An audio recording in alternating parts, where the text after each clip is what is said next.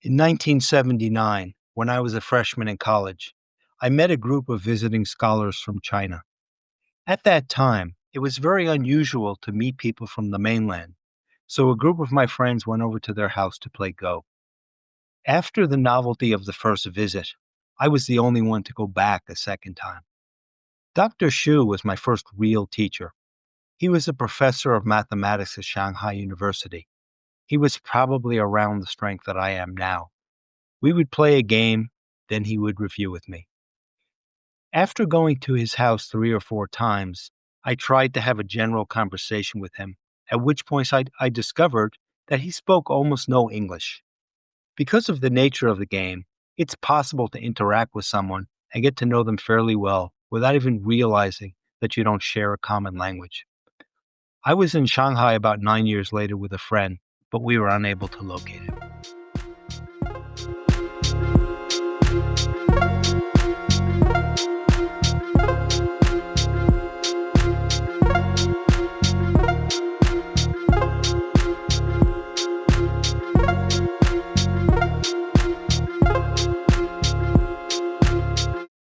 That was Dave Weiss, who is one of the founders of the Boulder Kids and Teens Go Club in Boulder, Colorado. So thanks so much for that, Dave.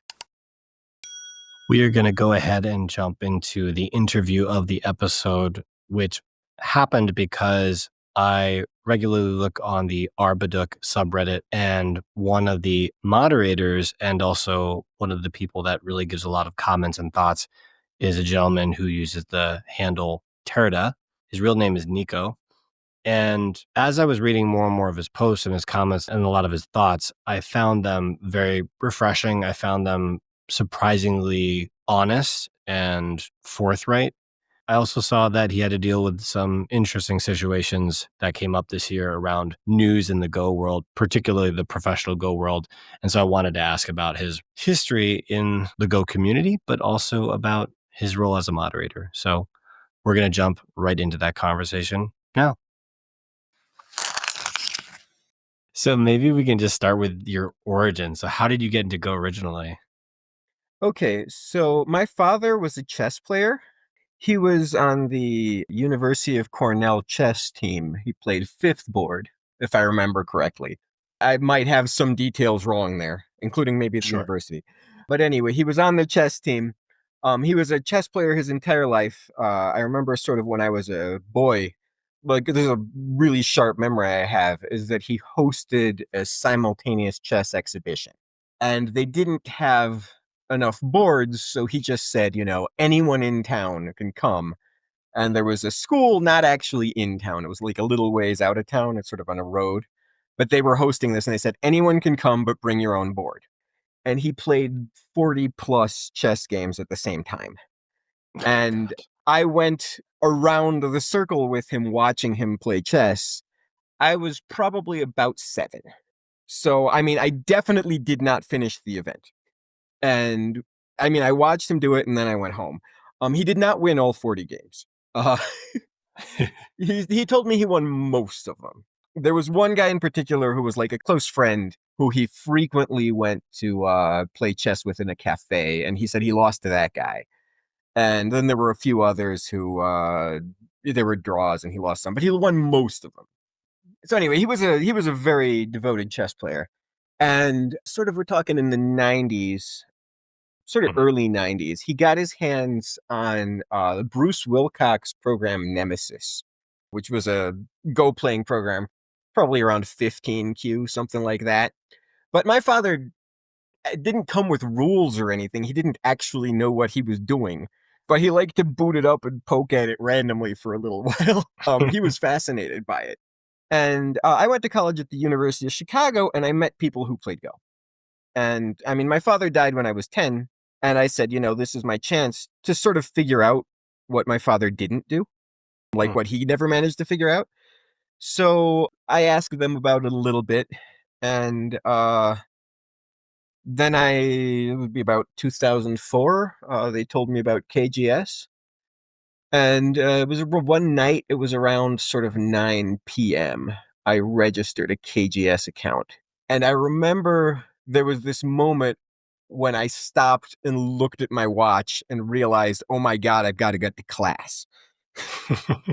um, and like, I was like, my eyes were just bloodshot. I'm like, okay, well, I don't know if I knew exactly at that moment that my life had changed forever, but I mean, it definitely had. That first night on KJS, that was sort of the turning point for me. Can you describe what it was about that night that really was an inflection point? I wish I knew. So I started playing, and I mean, I'd sort of poked around at a physical board with my friends, and they were just much better at me than me, and they knew what they were doing, and I was just losing. And I mean, it wasn't like I wasn't having fun, but there was sort of a flow that I hit that night, like playing one guy and then playing another guy, and then sometimes winning. That was another big one. Because, I might have been, I was pretty weak. I was maybe 17 QI, God knows. But there were people who were weaker than I was, and I wasn't only losing. And there was some of that, and there was some of just sort of Go does something. I don't know if it does something to everyone, but it does it to me that no other activity does. Like, there's a part of my brain that sort of tunes in and like thinking about Go and calculating Go and almost, I want to say, feeling Go. There's a sensory experience to it. There's something that sort of comes in through your eyes, but that's not the only part of your body that's involved in it. Or at least for me, Hmm. that's the case. So that was a pretty seminal moment. So that's Yeah. 2004. And then you said that you're actually a statistician by trade. And like you said, you Yes. got your math degree from the University of Chicago in Hmm. 2006.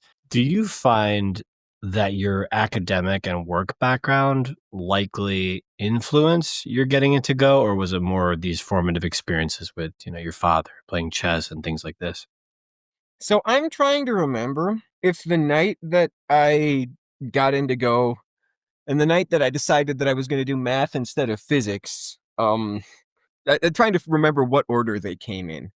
But I mean, yes, it's very common that mathematically minded people are drawn to Go. That's true. But I mean, my father was not a mathematician. And I think that I'm much more following his steps than I am following anyone from my profession.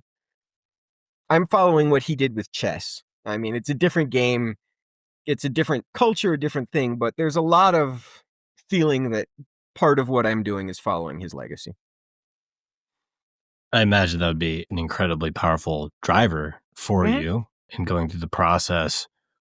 When you step back and you think about discovering or learning the things that maybe your dad didn't in doing Go, do you think he would have loved the game? Do you think he would have enjoyed it? Hard to say. So, probably if he had been born 20 years later, he probably would have been a Go player instead of a chess player. That's my speculation, but a lot of things that marked me were things that I found out after he died, rummaging through his bookshelves. Like, I remember finding the book Gödel Bach, and I read that as a teenager, and that blew my mind. It still is sort of probably my favorite book and stuff like that. And I think it was really interesting and somewhat offbeat intellectual stuff. Stuff that made you think in new ways was something he was all into. Sometimes people talk about how many languages he might have spoken. Nobody knows. I remember that we sort of said, oh, there's English, Spanish, French, German, Russian, and probably a few others. And then I remember like when I started rummaging through his bookshelves and I'm like, well, here it says advanced conversational Mandarin. What the hell? So he I was didn't just know a he bit. spoke He was a Chinese. bit of an enigma. He learned stuff almost randomly, just sort of for the hell of it. Yeah, And sort of an exactly what's autodidact kind of. yes, right. Like, I mean, he was absolutely not a tech guy. He was more of a literature person, but he had a computer set up with like several textbooks describing how he did some stuff. I never really figured out exactly what the hell it was, but he had some crazy stuff going on in his computer that he figured out how to do. And he didn't really tell most people all of the stuff he'd learned because it was just sort of his stuff. Wow. He wasn't hiding it. But like, it sounded like his goal was just not thumping his chest and telling the world the things he had done. It was about probably just self-discovery and hunger for learning those things. Who knows? Is that fair? Probably. I mean, Yeah. that's the thing that happens when your father dies when you're 10, you know him much more as a father than as a person. So to transition from that, I know you again as a poster and a moderator for the Baduk subreddit, and you're also a Go teacher, and you're also, a Don level amateur player. So how else have you been involved with Go and the Go community? I know you told me about a lot of the other things that you've done. Let's go through the whole list. I mean, I've been playing Go for 20 years. You do a lot of stuff in 20 years. I mean, I started playing Go in Chicago, and the University of Chicago Go Club was basically dead. Like, there was one guy who was going, and then he graduated, and then he left. And I went and tried to go to the Go Club a couple times, and it never happened. And then another guy came in and tried to get the Go Club going again, and I went and joined him, and I was technically the vice president of that for a little while. Then I graduated and moved to Mexico, and I live in central Mexico. And I'd spoken to a few of the Go players in Mexico City, but I'm not in Mexico City. And basically, finding Go in Mexico outside of Mexico City was not possible. And we're talking early 2000s. Having a good, stable internet connection wasn't super easy either. So eventually I moved and we got sort of enough of a stable job that I could afford to pay for decent internet. And I started playing Go online. But one of the things that I really missed was having a board and a human being in front of me. And what I said I wanted to do is I wanted to get a couple people, like 2 or 3 people, that would have been fine by me, who were able to play, like not even play well, just 2 or 3 people who would play. And I was going to call that a Go Club. So we're talking 2010. I was a high school teacher at the time. What were you teaching? Math and English. And I went to a Japanese restaurant, and a guy was the waiter there who was talking in Japanese to the owner. And he was not a Japanese guy. And he told me that he was in the math department of the local university. And I said to him, I really, really hate to put you in a little box and treat you like a stereotype, but you're speaking Japanese, you're serving me Japanese food, and you're a math student. Do you play Go? Makes sense to me. Right. So his answer was no. He said, I don't play Go. I don't even know what that is, but please tell me. So we set up this thing at that Japanese restaurant. And at first it was me and him, and then like other people who might have come to the restaurant who asked us what we were doing, who occasionally would join us. And then one day he brought in another guy and he started coming. And then the owner of the Japanese restaurant had some kind of falling out with her husband and moved back to Japan, took her kids with her, and closed the restaurant.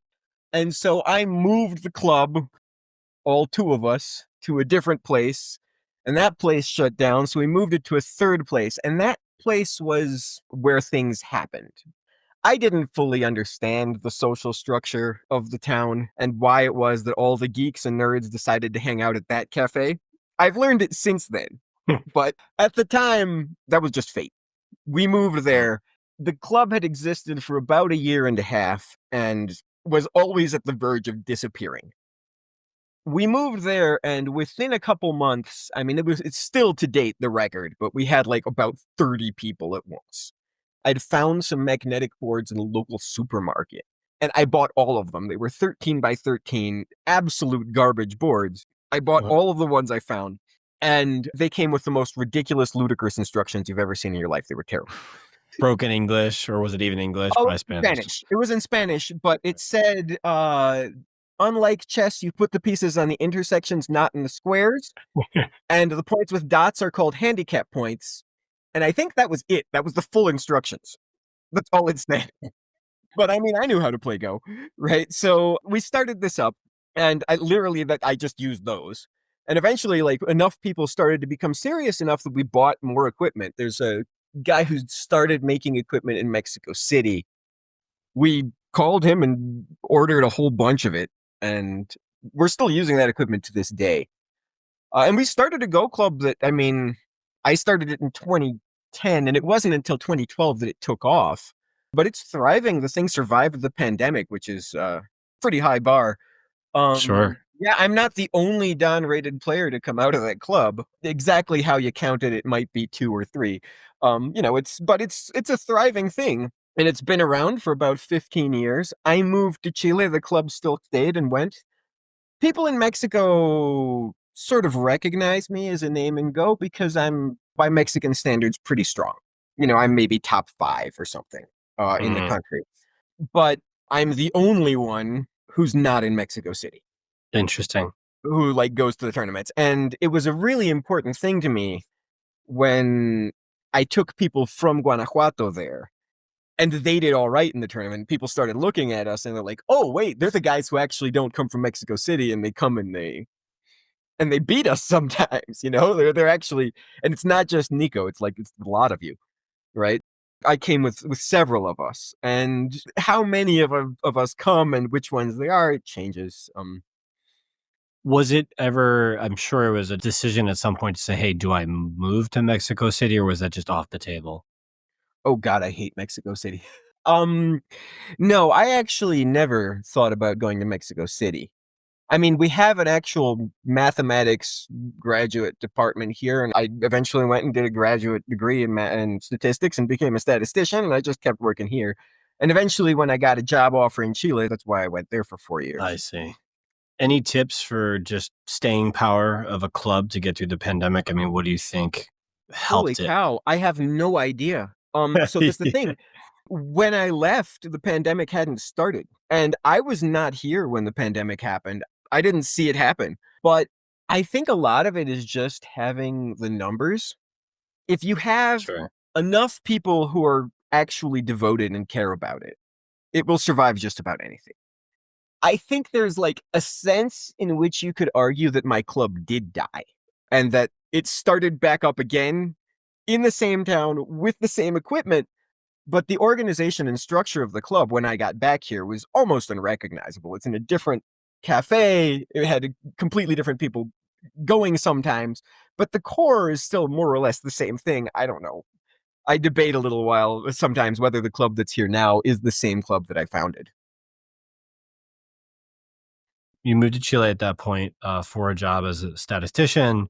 Mhm. And the one thing I did see that was really entertaining, and this is probably fast forward a period of time, before you left Chile to Mhm. move away, you played 12 straight hours against 12 different opponents at Club Tengen in Santiago. What was that Yes. story about? Yes, I did.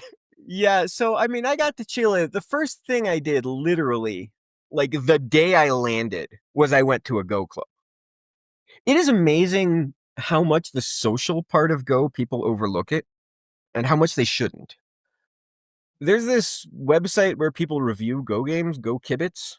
Nowadays, a lot of people do reviews on OGS and all that stuff, but before OGS really took off, I was really a participant in Go Kibitz.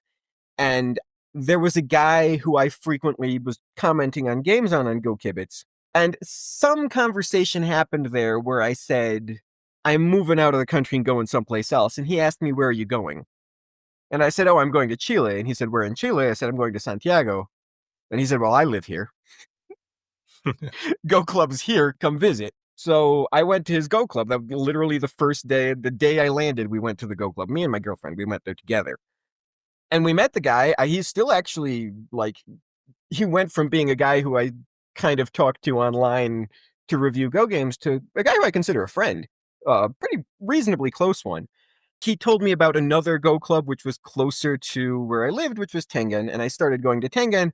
And then the Go club he went to did not survive the pandemic, and he just sort of fused into Tengen. Hmm. And so I started being part of the Tengen Go club. I talked to all the people there. I was, for a while, the strongest guy there until Abelio, who's probably the strongest player in Chile, returned from Europe. He'd been in Europe for a couple of years. And he came back and he started kicking my butt. But he was really happy that there was another Don strength player who was going every time, who was always there. Because there were a few Don strength players in Santiago, but they didn't always go to the Go Club. And I always went. And he was so happy that he had someone to play with who would put up a fight. I was very, very rarely beating him, but I was putting up a fight, and he was really happy about it. I mean, he might have liked me as a person. That's possible. But I think a lot of it was just having someone who would seriously play Go with him, and who, I mean, there's a lot of like, we have some other stuff in common, but he really enjoyed having me there, and he was super happy about it. And he wanted to do stuff for me, and he tried to convince me not to leave Chile. He said, we can get you a job here and all that stuff. And eventually he wanted to, like, before I leave, like, do a tournament in my honor or something. And he said, no, no, no, actually, you know what? Screw the tournament. What we want is we want everyone to play him, because he doesn't care about winning some kind of prize, and he doesn't really care about any games except the ones that he's playing himself. So let's just all sign up and play him. When he said this, I thought he was joking. Maybe he was joking, but he talked to a few other people, and they started saying the same thing, and I thought it was just like sort of a meme. You're like, oh, they're just making this up. This is a joke. Yeah, they're just kidding, right? Then they said, what day can you do this? Oh, wow. And I said, what day can I do? Yeah, then what day can you actually be here all day and just play Go? I didn't actually expect them to do it. And then they said, okay, you show up. And we have a sign-up sheet online. And they set up camera, like, that was crazy. They did some carpentry, and they put up a stick, and they attached it to the roof, and they put a little camera, was dangling sort of above the board. Oh, It didn't even look that bad, like, there physically. And then they did like some design, like some reasonable level graphical design, and put the board in the middle of it, and just put the names of who was playing above and below the board and all that stuff. And then they brought me, like, basically bottomless tea. They would just keep refilling it for 12 And they hours. kept refilling tea, and they gave me like 7 types of tea. And I just went. I just sat there and played. Oh my And gosh. yeah, I played everyone who signed up. They were very serious about it. They, like, if anyone was even a little bit late, someone was outside, not in the room where we were playing Go, calling them like, come on, you got to get here. You're next. So full They did it. focus. I just played Go. And I said at the end, this might be the most beautiful thing anyone has ever done for me. Huh. And I don't know if I low-key hate you for it. Because I am exhausted. Like, I was just like, my vision started to go blurry like around the 5th game. And I remember the 6th game was like against a guy who was pretty strong, like a 2 down, probably 3 down. I think he's 2 down. He's kidding himself saying 2 down. And he was pretty strong, and he came and he played me, and I'm like, there is just no way. And I remember starting that game and sort of getting a second wind. Like, I felt it happen. Like, oh, I can, my vision's coming back. I can see, I can think. We can keep going.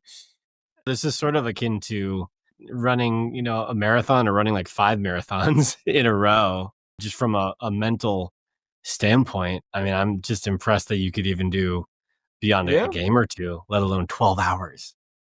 Yeah, I did it for 12 hours. I played 12 games. I won 11 of them. That was interesting. So you were in Chile, you made your way back to Mexico, and now if I sort of just think a little bit more about really where I've come to know you, which is online through the subreddit, you've had a lot of posted comments about rank and how to think about rank, getting to 1 Dan, what it means Oh to be my a God, I certain talk about rank. that? Everybody asks about it, and Yeah, everybody asks about it. And one of the most common things that I tell them is that rank is nonsense. I mean, it's just a really bad way to evaluate skill. We use it because it's, we don't have a better one, right? It's skill in anything. It's just not a one-dimensional thing, right? I mean, if you think about, like, I don't know, painting. Some guy can be really good with color, but understand shape very poorly, right? or can be really good at both color and shape and not understand the chemistry of painting, and the paint turns into mud, even if they have nicely shaped. See, there's all sorts of different parts of learning Go. And I mean, Go is absolutely all of that. There's shape, there's Tsuji, there's opening endgame, all that other stuff. And they're related skills, but they're not all the same thing. And somehow we crunch all that together and we spit out a number and we say, this is who you are. And people do really care about this number. And I mean, I admit I kind of care about this number too, despite the fact that I sort of intellectually understand that I shouldn't. We come from an era of things like video games and accomplishments. And I Gamification. mean, right, gamification of things and of improvement in skills, right? Maybe Go actually follows that kind of thing. But most skills, like, think about, I mean, I mentioned painting or cooking or whatever, right? How do you know how much better or worse you are at cooking or at painting? It's because you painted a nice picture. You cooked something that was delicious, right? That's how you know. It's because of the skill itself, not because of some weird way of measuring it. But of course, we do measure Go skill. And the thing is, it makes sense to measure Go skill that way because Go is, by definition, competitive. You beat the other guy or you lose. I mean, that's what it is. And if you win, then you feel like you're better than him, although that's probably not actually necessarily the case. But, if you win most of the time, maybe you're better. And because of that, we assign all sorts of milestones and things to it. This is something that I'm a Go teacher. A lot of people come to me and they ask me to teach them Go to improve their skill. That was something that happened accidentally, but I've been doing it for 2 years. So how did you end up getting into teaching in the first place? There was a YouTube channel, Spirit Animal Go, and he was just a random guy. I mean, there was nothing really special about his videos that made me watch them. There was some guy who uploaded some videos and I just felt like watching some guy play Go. And I noticed in the comments, he said, I'm looking to play some of the people who are watching. And I don't know, I'm like, well, he's an 8Q. I don't care. I'll play you. Sure. And, there was this moment of, really? You're going to play me? You're double digit stones stronger. And I said, I don't care. I mean, this is something I do all the time. Frequently, like at Go tournaments, I will walk up to a random person and say, you, me, let's play Go. Not an official game, just sort of randomly. And they'll say, what's your rank? Or, I'm so weak, I say, I really didn't ask you any of that stuff. I just told you to play Go. Right? So I did the same thing with this guy. And we played Go. And after the game, we just chatted on Discord and we talked about it. And I showed him a few things. And he said, the way you're saying this stuff is really, really clear. And I said, well, I ran a Go club and taught hundreds of people to play for 10 years. I've sort of figured out how to explain this stuff. I've had to put it into words because if I didn't, nobody did. These are people who came from central Mexico and had never heard of the game. So I taught them. And I sort of found ways to express in words my way of thinking about the game. And he really liked it. And he said, can we record a video of this and put it on my YouTube channel? I said, sure, that's fine. So I gave him basically a couple Go lessons and we put them on his YouTube channel. And from his YouTube channel, people started asking me in the comments of the YouTube videos, like, how do I actually get this guy to do the same thing for me? And I said, all right, sure. I don't know how much to charge or anything like that. I went and I hired Chris Sagner to teach me Go because I'd never seen private Go lessons and didn't know what they looked like. And I was like, well, I'm going to get some Go lessons myself, partially for the sake of improving, but also just so I understand what I'm supposed to be doing. And I started teaching one guy. And when I started teaching him, I felt like Superman because he was like 6Q one day. And like after 2 or 3 lessons, he was 2Q. That did not happen again. That's a tough goal to outdo going forward. Yeah, right. Exactly. Right. It's like I helped this guy improve like 4 stones of strength in less than a month. It has not repeated. You know how improvement in Go, in everything, but in Go certainly, like it happens in staggers, right? Like Fits you get and stuck starts. someplace and then something happens and you break through and then you get stuck someplace else. And I think I was just at the right place at the right time to start to talk to him exactly at the moment where he broke that barrier. But I mean, he made me feel like I was awesome. By the way, if any of my students are hearing this and you do not have that kind of improvement, please don't think that's normal. That's That's not that's a good normal. that's a good Yeah. disclaimer. What I think you're doing when you go up to people at a tournament sort of randomly and say, "Hey, let's play," and then they jump into the, "Oh, what rank are you?"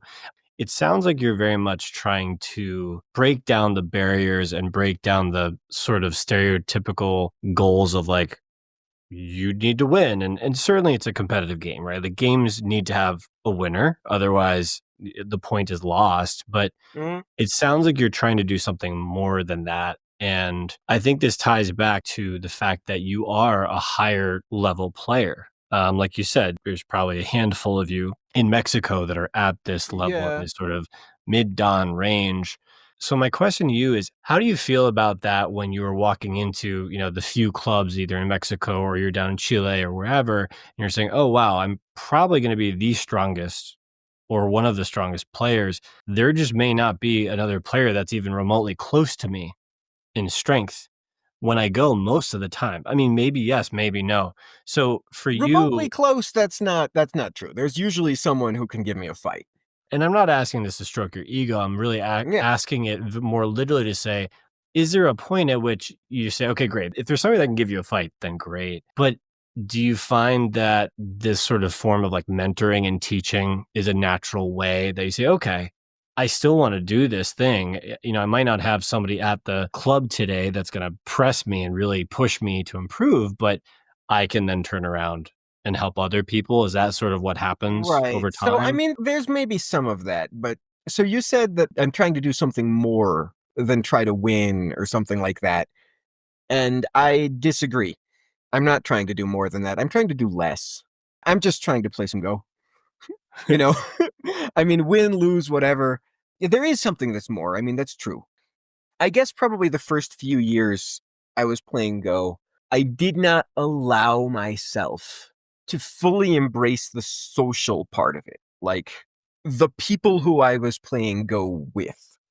And even at the university, like it didn't quite happen. It really started to kick off after I'd founded my club here. And there's a question of whether I'm going into TMI, but I'd say sort of around the end of 2017, my life kind of exploded and fell apart in my hands. And I found first that the people who I wanted to go to, who I expected would help and would be there for me, was my Go Club. And not only was that what I expected, it's also exactly what happened. When they saw that I needed help, they came to me and they helped in every possible way, emotionally, physically. I moved in with one of them and became their roommate. I met my Mm, current girlfriend at the Go Club. mm, And then, I went to Santiago. The first thing I did was I found a Go Club there. And I found that, like, the people who became friends of mine in Santiago, like, if I was to list my top 15 closest friends in Chile, 10 of them would be Go players. mm. And I mean, we went to the extreme south of Chile. It's a place called Punta Arenas. It's the southernmost city in the continental America. It's close to being the southernmost city in the world. And there happens to be a Go club there that was started by some guy. And we contacted him and said, hey, we would kind of like to go there and see your Go club. It's sort of interesting that in this extremely remote place, you have a place that the Go club could happen. And what he said to us is, you are not coming here and seeing our Go club. You are coming here and you are staying in my house. Wow. Like, we hardly even know you. He said, yeah, but you're Go players. And we went there and we stayed in his house. And we visited his Go club. That place is awesome. And that guy is awesome. If you ever get a chance to even talk to that guy, Sebastian Montiel, he's an amazing human being. He has sort of a funky reputation for being difficult to deal with. He probably is, but it's worth it. So we went there and we met this guy and we stayed in his house and we visited him and we went to his Go club and he talked to us about his dream of, like, earning enough money that he could temporarily suspend all of his work so he could basically get on the back of a bicycle, strap 20 Go boards on his back and ride around Patagonia for a couple years, going to every town he could and founding a Go club in each one. So there was that, right? Wow. And then we were like, in South America, I hadn't been to almost any place in South America. We're saying, oh, let's do some tourism. Well, how about we go to Peru? And we're like, well, the airplane stops in Lima. Is there a Go club in Lima? Are there people we can play with? Well, we found some people. They were like first or second generation Japanese immigrants for the most part. There were a couple pure Peruvians as well. And they like took us out to eat, and they took us to their Go club, which was outdoors, sort of like on basically some benches out in the park. I played Go with every single person there, and they were the sweetest, nicest people you could ever imagine. And it's sort of Go has found its way to be sort of this social thing, where it's like the way that I meet people and the way that I interact with the world and with other human beings. And so when I go to a tournament and say, all right, you, me, let's play Go, sometimes it's sort of my way of saying like, hi, my name is Nico. Who are you? I have a hard time talking to people with words and have some weird social anxiety stuff. I'm not exactly shy. I mean, I have what might be symptoms of some kind of autism. I'm not really sure. I've never been diagnosed, and I'm probably never going to be. But, it might be something like that. I don't know. But when it's hard for me to meet a new person and to interact with them and to talk to them, it's not hard to play Go with them. Now, it doesn't work if they're not a Go player, but, that's what happens when you surround yourself with enough people who are Go players, right? No, I appreciate you sharing that. Really, all of that. I mean, it ties back to a lot of things where I think people find comfort and also can connect perhaps across different ideologies and all sorts of things when they're united by a common joy of some activity, right? Whether it's Go or something else, but then obviously we're here because we think Go is special. Go is better. I mean, so I'm also a juggler, right?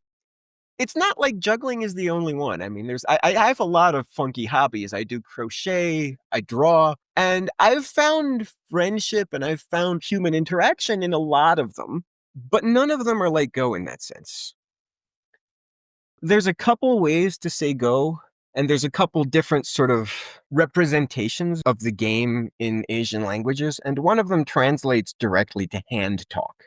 That's why there's a hand talk Go program named Hand Talk. It was sort of an old one. It's an AI that played Go.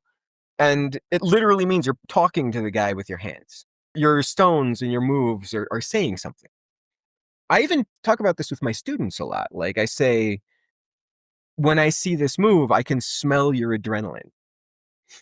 I don't know if adrenaline actually has a smell. Maybe I should say I can spell your I sweat. feel like that makes a lot of sense, actually, when I hear you say that as a student of a Go teacher. I feel like I can hear the person seeing a move and saying, if you know it, if you understand it enough, like you would, right, as a teacher, you could probably sense the nervousness or the tension. Yeah, I can say this move, when you made this move, I can tell you were scared. This is a move that you made when you were terrified. This one was because you got carried away here, and this one's because you were terrified, right? And there's some other stuff. It's just on the board. It's there. That's really cool. It's a really important part of Go. There's a reason why it's not the same to play an AI, because a lot of the human being who you're playing Go with is there, as well as just the moves. There's sort of 3 games of Go. There's sort of 3 conflicts. One of them is against your opponent, one of them is against the game, and one of them is against yourself. And I think all 3 of them are fascinating. When we talk about Go, we focus really hard on the second one, against the game and the position, and trying to figure it out as a puzzle. What's the right move? How do you black to kill? But there's a lot of other things that are at play that is not just the player and the board and the game and the stones, right? There's a good bit about your opponent. Like, people talk about how Go is this perfect information game and there's no luck. But I mean, you don't control what your opponent's going to do, and your opponent doesn't control what you're going to do. And also, you can't read out everything that happens on a Go board. That's impossible, right? And so there's stuff like bluffing, that actually exists. You play something that looks complicated and you stared at it long enough so that your opponent believes that you read it out, and he's got his Yoyomi counter beeping at him and he believes you, and you get away with it even if it maybe didn't work, or maybe you did read it out and figured out that it was wrong and you did it anyway. That happens, right? And so there's the conflict with your opponent, and then there's the conflict with yourself. As a Go teacher, this one has become one of the more interesting ones to me, because there's so much of your own emotions and your own reaction to things that become an enormous part of it. And I have this thing that's like, it literally comes out of Hikaru no Go. It happened when I went to China in 2008. I guess I never actually mentioned this when you're talking about the things that I did with Go, but I mean, I was at the World Mind Sports Games on the Mexican Go team, and I went to China and I actually played Takao Shinji. I was white against Takao Shinji, would you believe that? I take it Takao Shinji is like a pro level, very high level Japanese player. So at the time, he was the Honinbo title holder. Okay. Which is, for the uninitiated, like one of the top Grand Slam tournaments in Japan. Okay. Yeah, right. Top tier, right? So anyway, this is like right out of Hikaru no Go. It was not that round, but it was this guy who I played from Slovenia. He was third board from Slovenia. I do not remember his name, but there is a chance he might actually be listening to this and he'll recognize I'm talking about him. It's possible. Anyway, we got into a messy early corner fight and he died. And basically I had like the world's most winning position ever. And he started shifting in his chair and looking really uncomfortable. And I'm like, well, that's kind of obvious. And then what he did was he stood up and walked away. He didn't resign. He didn't touch his clock. He just left. And I was just sort of sitting there at the board, sort of wondering what was going on. I sat there and stared, wondering what was happening for might have been 10 minutes. And his clock was ticking. And he came back and he had a cup of tea and this expression on his face. You could have called it determination, but there was also like, it looked like someone had just given him a massage. He's just so relaxed at peace. He was both determined, but also kind of relaxed. And he sat down and he went berserk. He attacked every single group I had on the board 20 times. And at one point, I just miscounted the liberties on a group and died, and he won. And that marked me so much. I'm like, oh my God, the In what battle way? it was about how he had managed to face the battle with himself, right? There was the battle with me, which was also like, there was some weird, like throwing me off guard and all that. But there was a lot of him sort of realizing that what he had to do needed him to be in a different mental state from the one he was in at the time. And he went and he did something about it. Like he faced the battle with himself rather than with the board, rather than with me. It was about him conquering his own emotion at the time because he was stressed out and freaking out that he'd made such a big mistake so early and the game had exploded in his face. And he went and he did something about it. I was so impressed. And I mean, I don't do it online, and I think I should do it online. I do it online a little bit. But during tournaments, during like in-person tournaments, I do this so often. I stop and I like reset when something happens. And it's not even necessarily when something goes wrong. It could also be when something goes right. Like when there's a big change on the board, when a group was being constantly harassed and there's this big tactical fight to see if it survives. And then it does. And then you have to find a different thing to do. And you need a new mindset. And I'm like, okay, this is when I need to take a little bit of a break. I need to find a new headspace.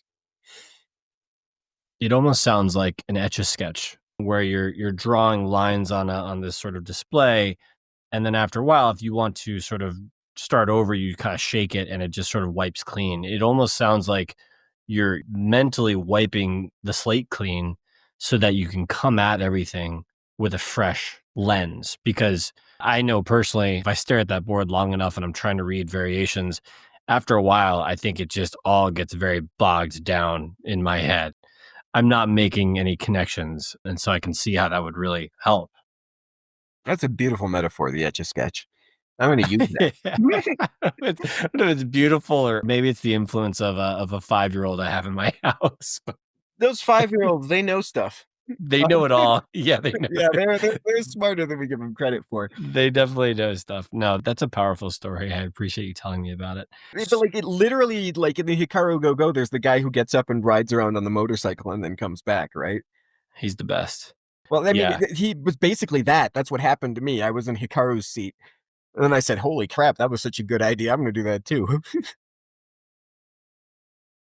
But it's really cool to just hear that outside of you finding, obviously, you have the intellectual horsepower to reach these really high levels, playing the game, that all these other aspects that, you teach, that you've found meaning from, particularly the social aspects and different challenges in your life. And I think that's a lot of what all of us hope for, right? You kind of hope for connection, even if a game is just pieces of stone on a board.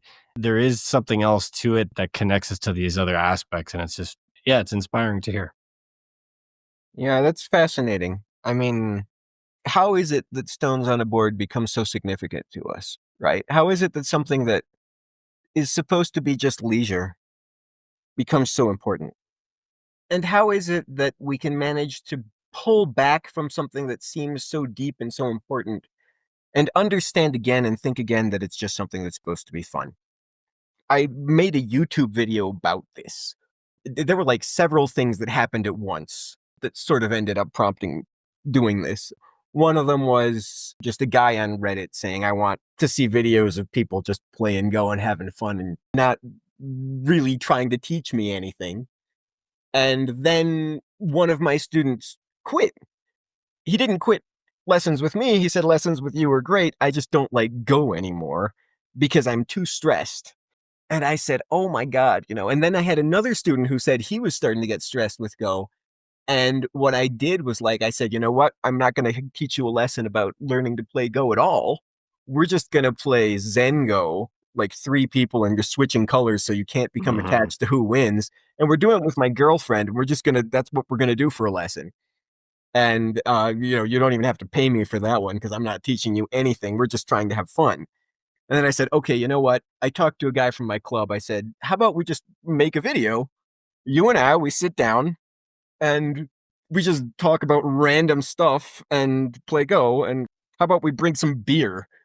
Not because either of us is a drinker, but because the fact that it was beer and not anything else sort of made it more clearly, officially, like a symbol of it being not formal, of it being not important. I'm reaching at something that I think is deep, where Go has become more than a game.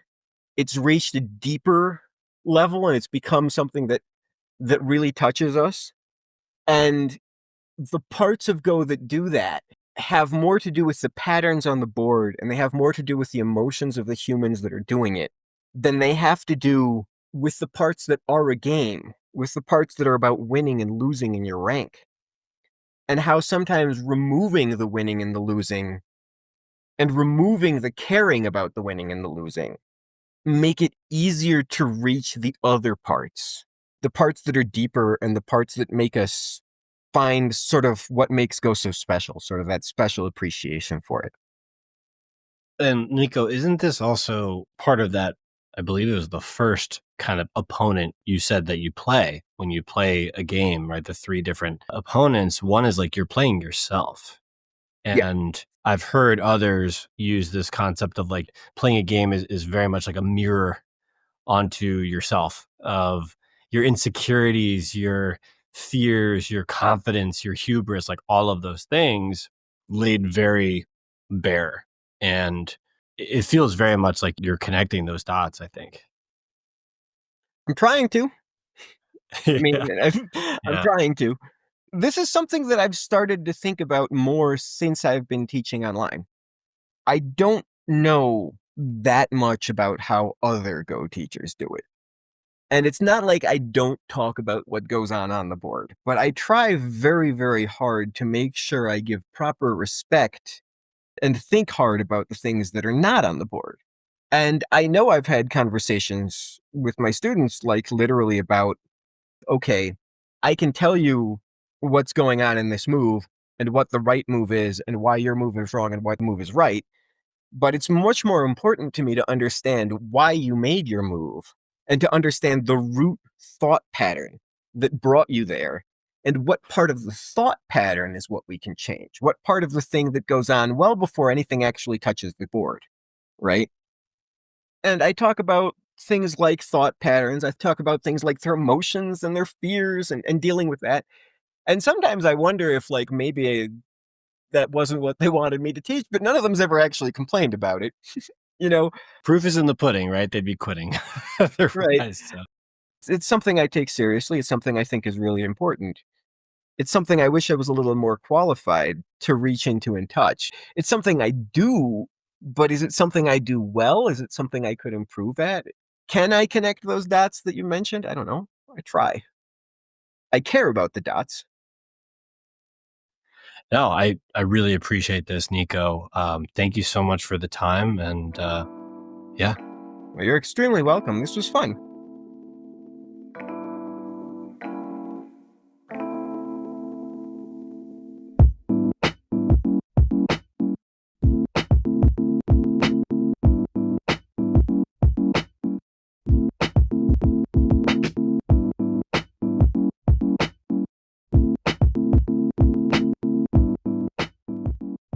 As we digest that interview, I wanted to quickly thank all of our individual contributors to the show, as well as the sponsors for this episode. The first sponsor is Baduk Pop. They're an app for Go players of any level. You can play against other players from around the world, and they have over 27 million games played on their app. To download the app, go to your app store or badukpop.com. That's BADUKPOP.com.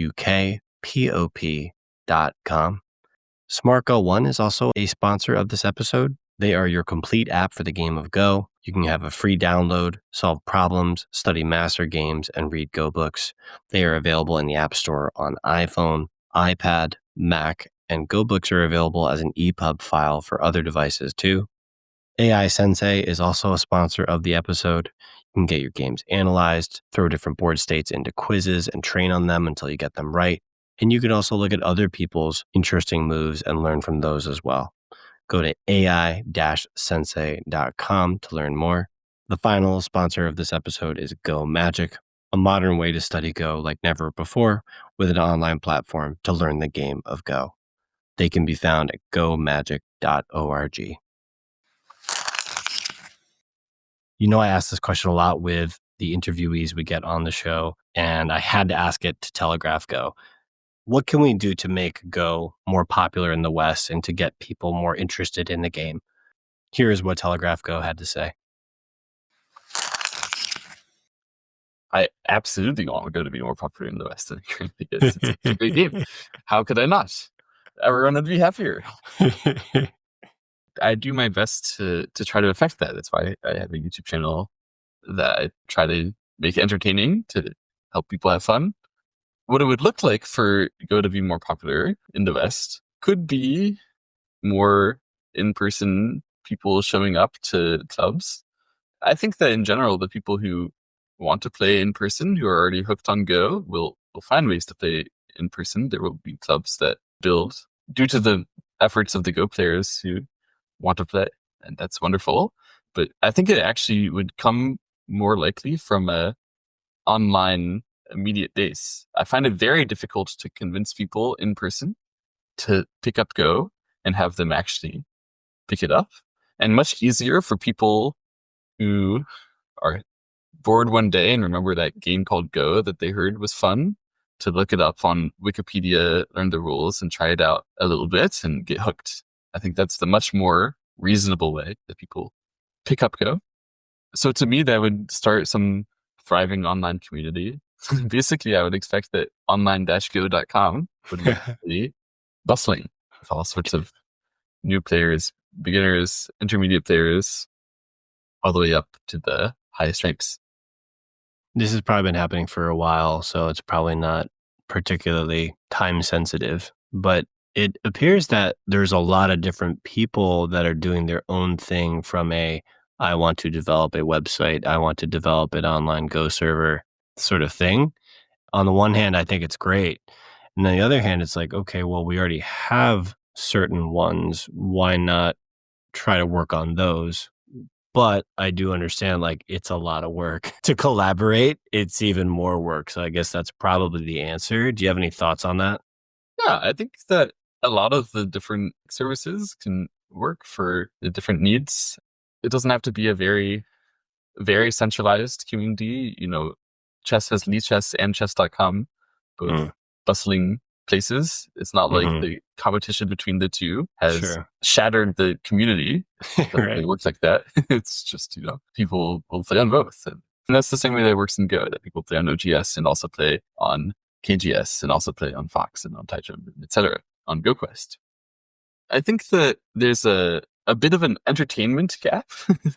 Basically, when people play at higher levels than complete beginner, it's very easy to be entertained. You can tell yourself a story about the game and enjoy it, or you can watch videos and understand it and link to it and enjoy the magic. There's all sorts of ways to very directly see beauty in Go, but at the very beginning level, it's difficult to link to that.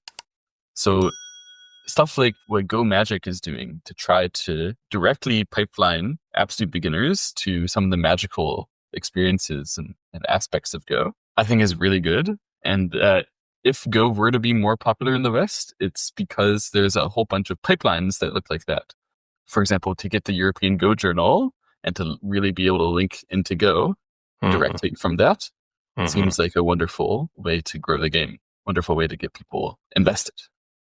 So basically what I'm doing is not that important. It's just sort of, I'm trying to help people enjoy as much as they can who already are sort of invested in Go. Add a TV show for English speakers. That's my goal. But the more that we can help out the beginners is the more that it will become popular in the West. That is what we have for the episode. So I will catch you next time. This is All Things Go.